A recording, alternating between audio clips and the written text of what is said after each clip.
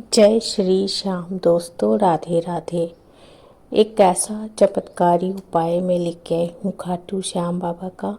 एक छोटी सी कहानी भी मैं आपके साथ यहाँ पे शेयर करने वाली हूँ। ये एक ऐसी कहानी लेके आई हूँ, सिर्फ एक कथा ही नहीं बल्कि एक सच्चाई है। जो अपनी मर्जी से जीना चाहता है, मानता है कि उसकी मेहनत ही सब कुछ है। ये एक ऐसी कहानी है कैसे कभी कभी हमारे जीवन में आने वाली मुश्किलों में हमें बचा लेती है, और कैसे बाबा श्याम अपने भक्तों की चुपचाप रक्षा करते हैं। ये है एक परिवार की अटूट आस्था, बाबा श्याम के अविश्वसनीय समर्पण की।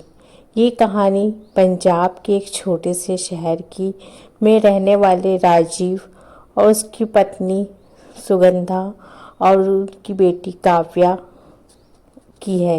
ये तीनों बाबा श्याम के ऐसे भक्त थे जिसमें उनकी श्रद्धा हर मुश्किलों में और मजबूत होती गई। जब जीवन में सबसे कठिन परीक्षा में डाला तो कैसे बाबा श्याम ने अपने भक्त की लाज रखी और नामुमकिन को मुमकिन करके दिखाया। ये कहानी आपको बताएगी कैसे सच्चे भक्तों की अरदास बड़े से बड़े संकट जो होता है टाल सकती है। ये कहानी हर किसी के जीवन को बदलने की शक्ति रखती है। ये तीनों खाटू श्याम बाबा के अनन्य भक्त थे। उनका घर सिर्फ एक पत्थर का नहीं बल्कि श्रद्धा और विश्वास का मंदिर था। उनके मुख्य द्वार पर एक छोटी भव्य रंगोली बनी रहती थी और अंदर प्रवेश करते ही मन को शांति देने वाली भक्ति की सुगंध आती थी। सुबह की शुरुआत हमेशा बाबा श्याम के जयकारों और भजन कीर्तन के साथ होती थी। सुगंधा जो थी सुबह की चाय पीने से पहले बाबा की पूजा करती थी, अपने मंदिर में जाती थी और फिर प्यार से उनको भोग लगाती थी, उनको देखभाल करती थी, सजाती थी। बाबा की मूर्ति विराजमान थी क्योंकि उनके घर में तो बहुत ही श्रद्धा मन से उनके यहाँ पूजा होती थी। उनकी दिनचर्या की जो शुरुआत होती थी बाबा श्याम की स्तुति से होती थी। उनको ताज़े फूल चढ़ाना, भोग लगाना उनके लिए अनुष्ठान ही नहीं बल्कि आराध्य से दिन भर की बात करने का एक तरीका भी था। उनकी ममता और देखभाल ने घर में हमेशा खुशियों से रोशन कर दिया। राजीव बहुत ही शांत व्यक्ति थे और जो छोटे से शहर में एक टेक्सटाइल की दुकान चलाते थे। पूरी ईमानदारी से काम करते थे, बेईमानी नहीं करते थे। बाबा के आशीर्वाद से सब कुछ अच्छा था। बाबा को सब कुछ था। यह परिवार मिलकर हर एकादशी के दिन भजन कीर्तन करता। इन दिनों इनका घर श्याममय हो जाता था। जब भी मौका मिलता वो खाटू श्याम भी जाते थे। परिवार को हर फैसला हर खुशी बाबा से जुड़ी होती थी। ऐसे ही दिन गुजरते जा रहे थे। एक दिन राजीव किसी काम से शहर से बाहर गया, तो बाहर जाके वहाँ पे उसने अपना काम निपटाया। तो रात को जब वो एक होटल में आके ठहरा तो अचानक से उसके सीने में दर्द उठा, तो उसकी तबीयत खराब होने लगी। तो उसे लगा कि शायद थोड़ी सी गैस होगी तो ठीक हो जाएगी, लेकिन समय के साथ जो था दर्द बढ़ता ही जा रहा था।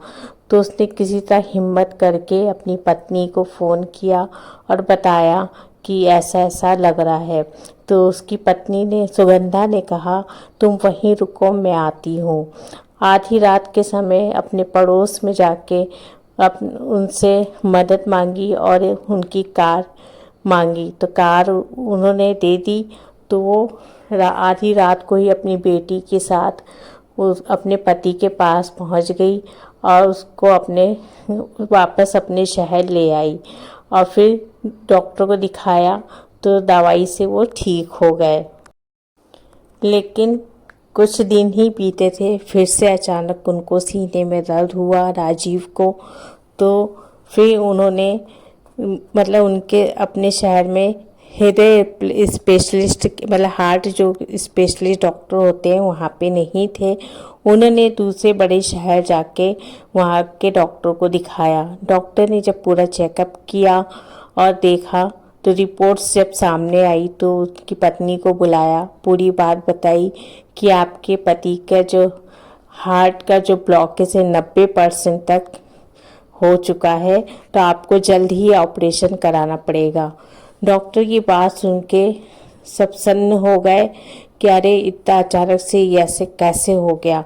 बहुत परेशान हो गए सब, क्या सब कुछ अच्छा चल रहा था, अचानक से ये क्या हो गया।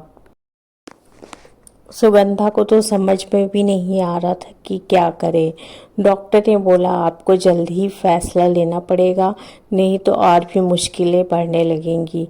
तो वहाँ पे एक छोटा सा मंदिर था हॉस्पिटल में, वहाँ पे जाके खाटू श्याम बाबा को याद करके सुगंधा प्रार्थना करने लगी और अपनी साड़ी पे ही एक गांठ बांध ली और बोली बाबा ये कैसी परीक्षा है, कैसा धर्म संकट में डाल दिया है। अगर अगर राजीव को कुछ हो जाएगा तो हमारा जीवन कैसा चलेगा, उनके बिना तो हम कुछ भी नहीं है। ऐसा रो रो के उनसे प्रार्थना करने लगी। डॉक्टर ने 4 दिन बाद ऑपरेशन की तारीख दी थी और 2 दिन ऐसे ही निकल गए और रो रो के उस मतलब दोनों का बहुत मतलब हालत बहुत ख़राब थी। सारे रिश्तेदार आके मिलके चले जा रहे थे, लेकिन उनकी दुनिया तो राजीव ही थे। उसको समझ में नहीं आ रहा था कि क्या करे। ऐसे ही तीसरा दिन निकल गया। जब चौथे दिन जब ऑपरेशन की तैयारी हो रही थी, सामान्य तरीके से फिर से सारे टेस्ट किए जाते हैं। तो जब टेस्ट किए गए तो डॉक्टर ने जब रिपोर्ट देखी तो उनको बहुत ज़्यादा हैरानी हुई। उन्हें लगा कि हम कोई सपना तो नहीं दिख रहे, क्योंकि बहुत रेयर केस में ऐसा होता है। उनकी ब्लॉकेज की जो थी धीरे धीरे खुलने लगी थी। डॉक्टर हैरान रह गए कि अभी तो ट्रीटमेंट शुरू भी नहीं हुआ, ये कैसा चमत्कार हो गया। उन्होंने बताया, उनकी पत्नी को बुला के बोला कि आपके पति पहले से काफ़ी बेहतर हो गए हैं, 78% ब्लॉकेज कम होने लगे हैं। लेकिन फिर भी हम उनको 1 हफ्ते के लिए अपने अंडर में रखेंगे, फिर देखेंगे कि आगे क्या करना है। ऐसे ही देखते देखते 1 हफ्ता बीत गया। 1 हफ्ते में खाटू श्याम बाबा का स्मरण करना, भजन करना नहीं छोड़ा।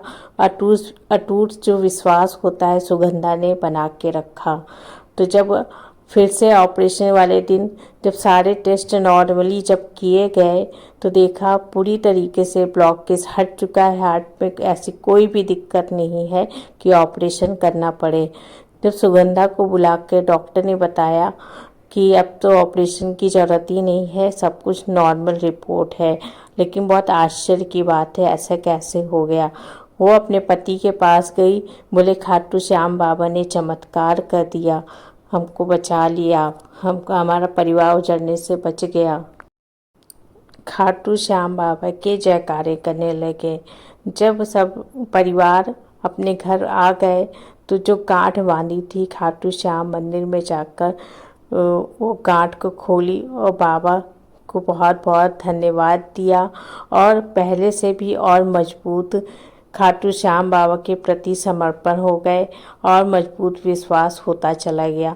दोस्तों, ये कहानी हमको सिखाती है कि जब हम विश्वास रखते हैं अपने इष्ट पे तो वो कैसे मतलब कि जो सोचते हैं कि ये कार्य कभी नहीं हो सकता, नामुमकिन को मुमकिन करना भगवान ही कर सकते हैं, हमारे इष्ट ही करते हैं। ये भरोसा हमको ये कहानी सिखाती है। ये छोटा सा जो उपाय किया, बहुत ही छोटा सा साधारण सा उपाय था, लेकिन बाबा ने कभी भी हाथ नहीं छोड़ा, मतलब विश्वास को कभी नहीं तोड़ा, ये बना के रखा। दोस्तों, ये कहानी, ये चमत्कारी उपाय पसंद आया तो मेरे चैनल को सब्सक्राइब कर लीजिएगा।